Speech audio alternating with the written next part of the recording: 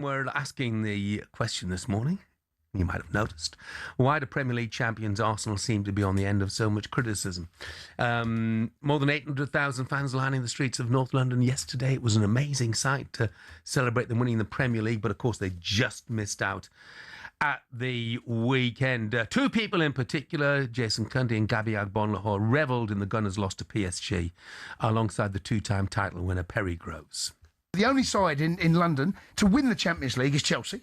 And that's that's no thing, by the way. I heard you say that you're not a big club if you haven't won the Champions League or well, you can't sit at the top table. Right, so you're saying Nottingham Forest are a bigger club than Arsenal? Well, because they won the... So they're a bigger club. So you're saying Steaua Bucharest are a bigger club than Arsenal? Red Star Belgrade, PSV... They're bigger clubs than Arsenal. Hamburg... Don't be silly. Feyenoord, FC Porto, Marseille... They're bigger clubs than Arsenal. They've won the big trophy. Yeah. No, are they bigger clubs? You've got to win it. No. So you think Villa are a bigger club than Arsenal? Because they won Europe. When was the last time Villa won the top title in this country?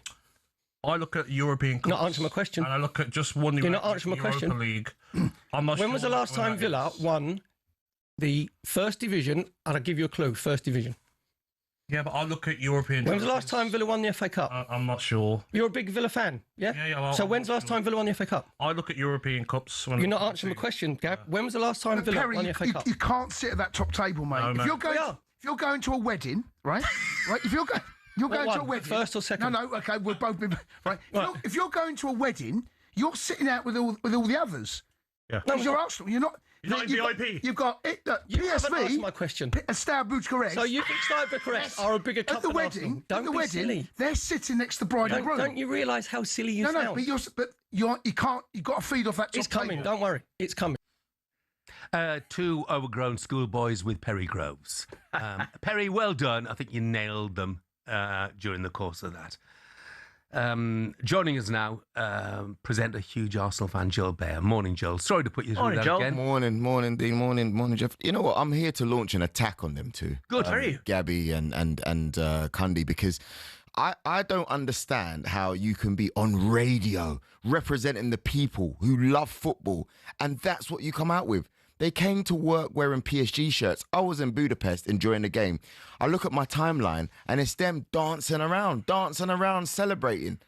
Cundy, your team, you love Chelsea, but you played for Ipswich, mate. That's where you had the majority of your appearances, Ipswich Football Club. Gabby, you played for Aston Villa. You love Thierry Henry. You told me yourself last week. Where has it gone wrong? Why is it that there's so much hate for Arsenal? Where's this come from? I mean, what do you think when you sit there and you look at it, Jeff? No, I was embarrassed by that. Because domestically, well, not domestically, of English clubs, Arsenal have unquestionably had the best, the most successful season. You know, they've won the Premier League. They've been within a spot kick of winning the Champions League as well. Personally, I don't particularly enjoy the way they play, but you cannot deny they have been the best side this season. 100%. It's been effective. If you want to go down to the stats, you know, I had the chance to be on the Budapest show the other day. PSG have scored 45 goals this Champions League campaign. They've conceded 23. We minimalised them to just a penalty. We had a fantastic game plan. I don't see how you can be on this panel and you're celebrating and cheering and saying that football has won. Don't you think that, honestly, Joe, don't you makes think me sick. You've got Saka and Eze and Havertz and Trossard and Martinelli and Odegaard and Madueke. You've got attacking players. You could have damaged PSG. You saw in the first 5 minutes, you've opened them up. Why did you not continue to go for the jugular rather than sit and try and hold what you'd got? I have to disagree with you there. You're talking about PSG. I just said they've scored the most amount of goals in the Champions League. They've equaled Barcelona's all-time. And that's their strength. That's but we don't have... defensively, Bayern went to their place and scored 4. Yeah, but we're not Bayern Munich, though. We don't have Elise, you know, Harry Kane and Diaz on the other side. We don't have that. You know, we had Saka, who you know, as good as he's been, he only completed 4 passes. You know, that's because he was too busy defending. He was doubling up with Mosquera all the time with Clarence Villa. I stand for my players. I'm here to defend them, but I'm also able to be man enough and admit that we do not have We do not have their players. They've got Doué, they've got Dembele, they've got Kvaratskhelia. They can sub on Barcola. Joe, one time in that first half, the one time that Saka was allowed to get forward, he delivered a cross which Trossard almost got on the end of it, which to me just showed what Arsenal might have achieved if they'd been more positive. That's Arsenal covering up. Like I try and relate it to boxing, right? Go on. You don't, if you fight Mike Tyson, you don't try and outpunch him. Exactly. You get knocked out. Exactly. If you hang your chin out, you get knocked out. And Arteta obviously thinks that the front three of PSG have got bigger cannons than we've got. He's right. So we're going to cover up and try and jab. Yes. Cover up, jab. Yes. And that's what he's done. It's tactics at the highest level of sport. It's 24.7% possession we had. Right, and you know what? It sounds worse than it looks. I know you've got Olivia Bazaglo over here, who she loves getting onto Arsenal, but it sounds worse than what it really is. It was actually really, really good defensive play, if you ask me. We defended. There's no point. You can have the ball all day long if you're just going to play it side by side. You've got the likes of Vitinha.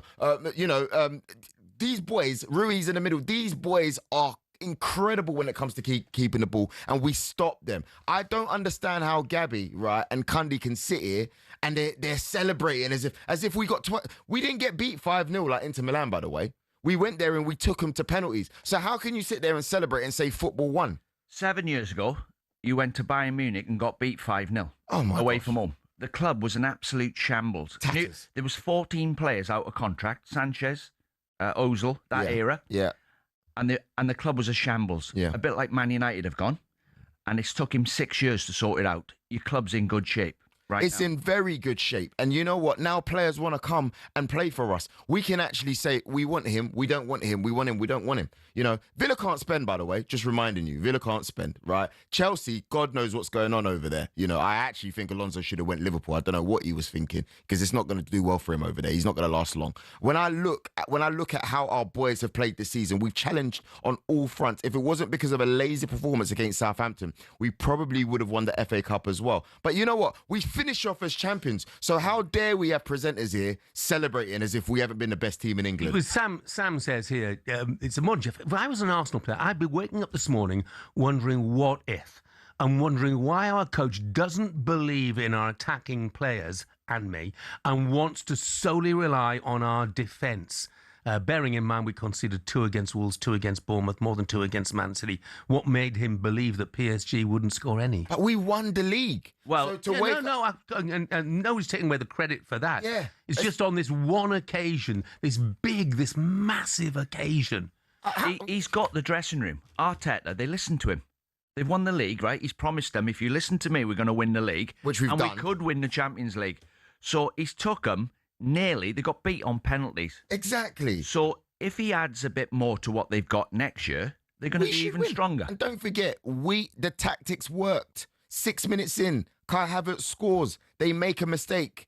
We exploited them. The reality is I thought we should have penetrated them a little bit more in the middle, because as good as, you know, Pacho is and Marquinhos, I saw them stuttering a little bit. You know, we had another opportunity where Kai Havertz played a misplaced pass to Saka, which if it was a better pass or he had shot, could have been a goal. You know, I'm looking at it going, we have something to build on. So it doesn't matter who's at this station. Doesn't matter what show, breakfast, sports bar.